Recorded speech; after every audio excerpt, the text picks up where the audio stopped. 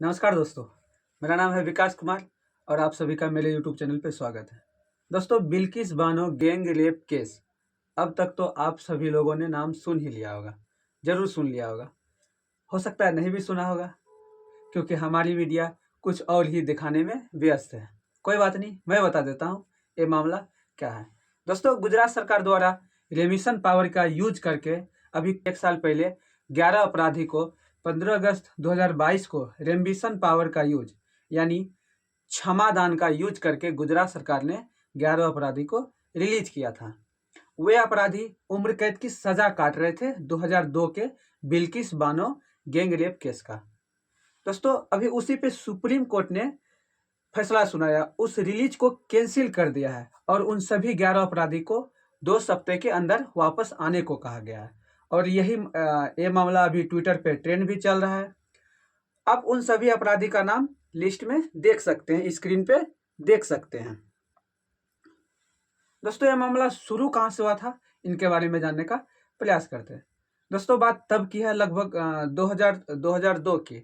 उस समय राम मंदिर आंदोलन चल रहा था। कार सेवक जो कि गुजरात से थे, वे वापस लौट रहे थे।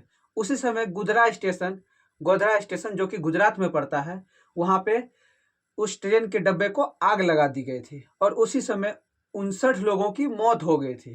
जिसके बाद दंगा होने लगा और वे दंगे धीरे धीरे हिंदू मुस्लिम में परिवर्तन होने लगा, जिसके कारण वहीं पे दाहोद जिला के राधिकपुर गांव में बिल्किस बानो का परिवार रहते थे और वे उस दंगे के चलते गांव को छोड़कर भागने लगे थे। उस समय बिल्किस बानो 5 महीने का गर्भवती थे, साथ में उनके 3.5 साल का बेटी भी थे। वे अपने परिवार के साथ यानी 15 सदस्य के साथ उस समय दंगे के चलते गांव छोड़ के भाग गए थे। गोधरा कांड के लगभग 3 दिन बाद 3 मार्च 2002 को छप्परवार गांव में पहुंचा। वहां से पन्नीवेल गांव जाने वाले कच्चे रास्ते में छिप गया। उसी समय जो अभी वर्तमान के अपराधी हैं, 11 अपराधी के 20 से 30 और उसके साथ 20 से 30 लोग कई सारे हथियार लेके बिल्किस बानो के परिवार पे हमला किया था। जिस समय 7 लोग मारे गए थे बिल्किस बानो परिवार के, जिसमें से उनका 3 साल का बेटी भी थे। बिल्किस बानो का कई लोगों द्वारा रेप किया गया। 3 घंटे बेहोश रही थी। होश में आकर उस समय बिल्किस बानो ने आदिवासी महिला से कपड़ा मांगा था और उससे ओढ़कर वहीं के पास होमगार्ड के पास गया था और शिकायत दर्ज कराने के लिए पास ही के लीमखेड़ा थाना के पास गया था। और वहां पे मौजूद कांस्टेबल जिसका नाम था सोमा भाई, उसने FIR दर्ज करने में देरी कर दी थी, जिसके लिए वहां के कांस्टेबल को 3 साल की सजा सुनाई गई थी। फिर बाद में बिल्किस बानो को रिलीफ कैंप गोधरा ले गया। फिर वहां से उन्हें मेडिकल जांच के लिए भेजा गया और ये मामला अब तक राष्ट्रीय मानव अधिकार तक पहुंच चुका था। सुप्रीम कोर्ट ने इस मामले पे CBI जांच का आदेश भी दे दिया। दोस्तों, मैं बता दूं, इस मामले को सबूत के अभाव के कारण से खारिज कर दिया गया था। बाद में CBI जांच में 18 दोषी पाए गए, जिसमें से 5 पुलिस और 2 डॉक्टर थे। सुनवाई के दौरान बिल्किस बानो को और उनके परिवार को धमकियां मिलने लगी थी 2 साल में 20 बार, जिसके कारण से बिल्किस बानो ने 2 साल में 20 बार घर बदला था। फिर उन्होंने इन धमकियों के चलते गुजरात से बाहर अपना केस ले जाने का फैसला किया, जिसके लिए उन्होंने महाराष्ट्र के मुंबई कोर्ट में अपना याचिका दायर किया।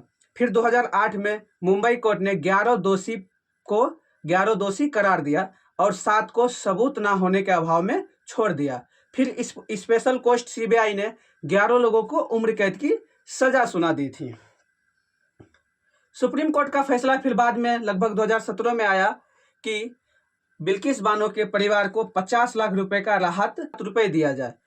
फिर आगे चल के 15 अगस्त 2022 को गुजरात सरकार ने रेमिशन पावर का यूज करके यानी क्षमादान पावर का यूज करके, जो लगभग सभी राज्य के पास CRPC के धारा 433 और 433A के तहत राज्य सरकार को रेमिशन पावर होती है, जिनको यूज करके गुजरात सरकार ने उनकी 11 अपराधियों का याचिका सुन ली थी और उन्हें रिलीज कर दिया था। अब सवाल यह बनता है कि सुप्रीम कोर्ट ने फिर उनकी 11 अपराधी का रिलीज कैंसिल क्यों कर दिया। इनके बारे में थोड़ा जान लेते हैं। दोस्तों, जो मामला चल रहा था ना, वो महाराष्ट्र में चल रहा था, गुजरात में नहीं। और गुजरात सरकार ने रिलीज कैंसिल किया था, महाराष्ट्र सरकार नहीं। और यह मामला कानून के विरुद्ध जा रहा था, जिसके लिए सुप्रीम कोर्ट ने उनकी याचिका कैंसिल कर दी और उनका रिलीज कैंसिल कर दिया। फिर वापस से 11 अपराधियों को सुप्रीम कोर्ट ने आदेश दिया कि 2 सप्ताह के अंदर सभी अपराधी को जेल में हाजिर होने का आदेश दिया गया।